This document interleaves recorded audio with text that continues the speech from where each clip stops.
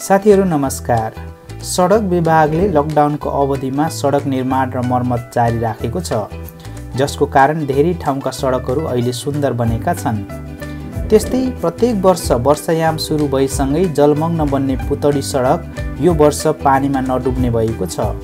लकडाउनकै समयमा यस सडकको ढल निकासको समस्या दिगो समाधान हुने गरी मर्मत थालिएको छ। राजधानीका अधिकांश सडक ओभरले, मार्किङ, पेन्टिङ गरेर सुधारिएको भए पनि पुतली सडक मर्मत हुन सकेको थिएन।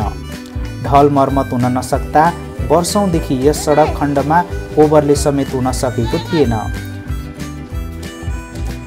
सडक विभागले पटक पटक आग्रह गर्दा पनि खानेपानी तथा ढल निकास विभागले मर्मत नगरिदिएपछि विभाग आफैले ठेक्का लगाएर मर्मत थालेको हो।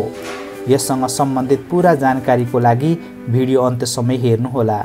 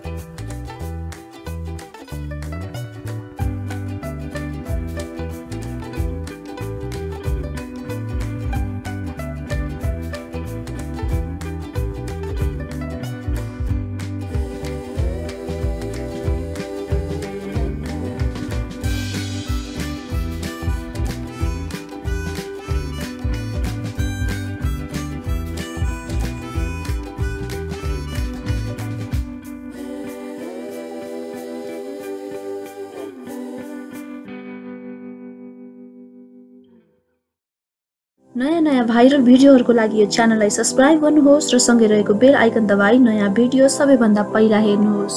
Stay connected with Viral Zone for more viral videos.